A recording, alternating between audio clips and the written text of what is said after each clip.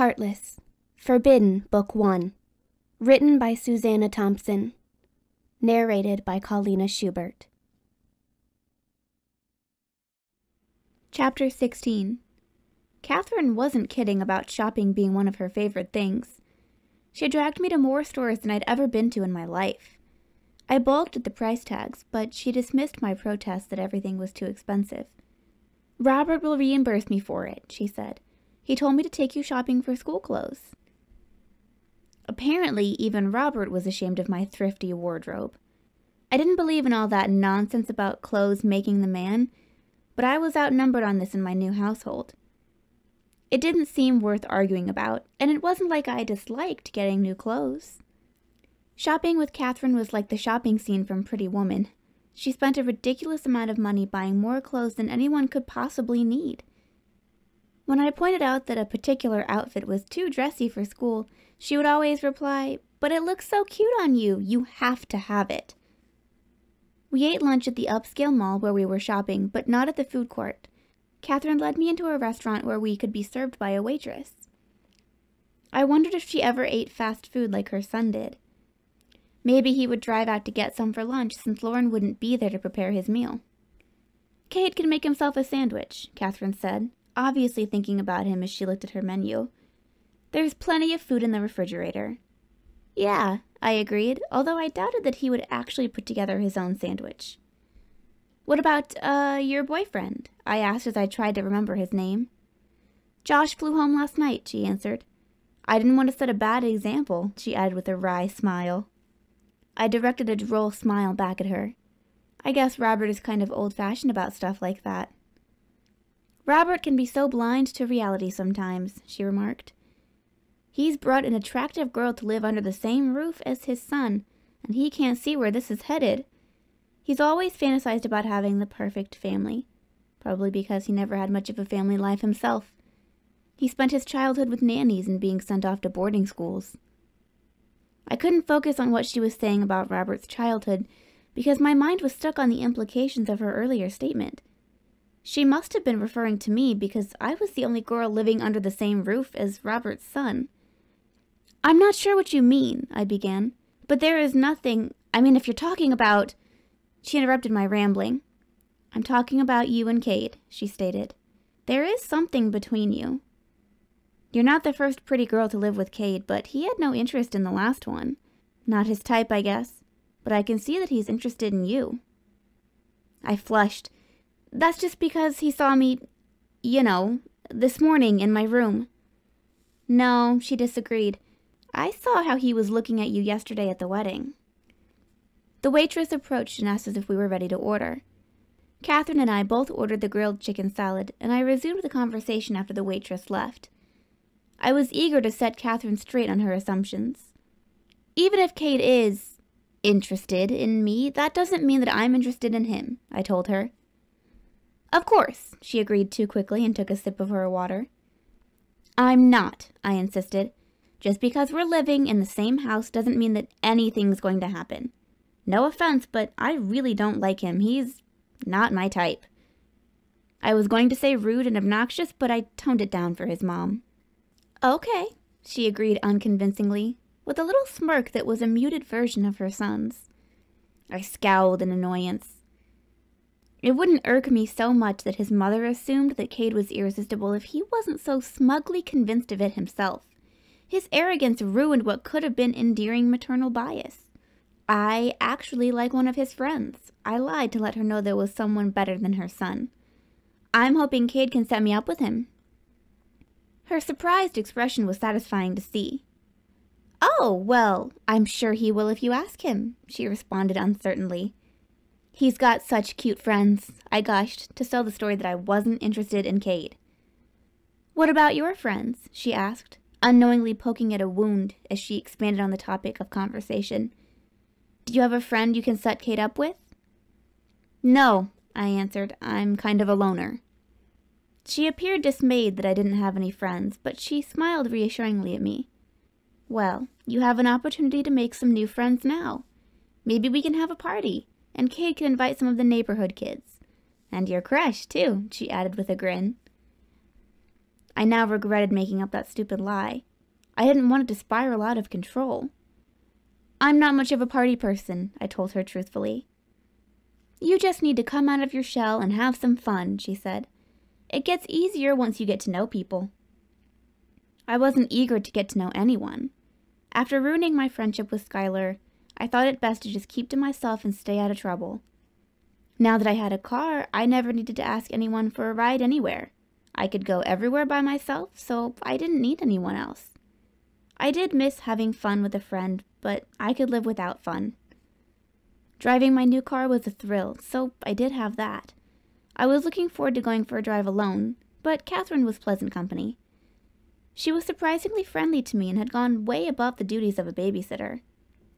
I hadn't expected her to pay much attention to me since her reason for agreeing to help Robert out must have been her son. She certainly had no reason to care about me. She was just one of those friendly people who was nice to everyone, and I liked her. Her eagerness to help backfired on me, though, when we returned to the house later that afternoon. It was getting close to dinner time, and she had decided to take pity on Cade and stop home to get him so he could go out to eat with us. She called him as she drove up to the house and enlisted him to help us carry shopping bags up to my room. He laughed when he saw the full back seat. Is there anything you didn't buy? This was your idea, I reminded him in irritation. I couldn't believe he had the audacity to act like I was a shopaholic. There's more in the trunk, Catherine informed him. He shot me a look of gloating amusement while I scowled and swept past him while carrying 2 full shopping bags. I deposited them in my room, and Cade and Catherine were right behind me with more bags. Cade carried 5 by himself. He placed them on the carpet next to the 4 Catherine and I had dropped there. Lexi wants you to set her up with your friend, Catherine announced. I do not, I exclaimed in startled response, although I should have expected that she would mention it to him. Don't be embarrassed, Catherine said. Cade won't tell him that you like him. He'll just invite him to the party and casually arrange for him to talk to you. I could feel Cade's scrutiny, but I postponed looking at him for as long as I could. Now I had to pretend to like one of his friends, which was humiliating enough. Even worse, I was drawing a blank while trying to remember his friends' names. Who is it? Cade asked in a neutral tone that told me nothing about his reaction to this development. I stalled and decided to act like I was too embarrassed to reveal the identity of the guy. I'd rather not say. I glanced at him and saw him watching me with a sly expression. I can't help you if I don't know which one you like. I don't need your help, I retorted. Invite all of them, Catherine suggested. That way it won't be obvious, but she'll be able to talk to him while she mingles with the guests. Invite some of the neighborhood, too. Lexi would like to make some new friends. My indignity was now complete. I had been reduced to asking Cade to find friends and a boyfriend for me, like I needed his influence to get people to like me. I knew that Catherine didn't see it that way. She just wanted Cade to help me out, and it was only my dislike of him that made me perceive it as charity. I also knew that it would play into his exaggerated sense of power. Sure, he said with his usual self-importance. I'll introduce her to some people. We'll have a party next weekend. And she'll be in now that she's a stover. I am not a stover, I corrected him immediately. Just because my mom changed her last name doesn't mean that I did.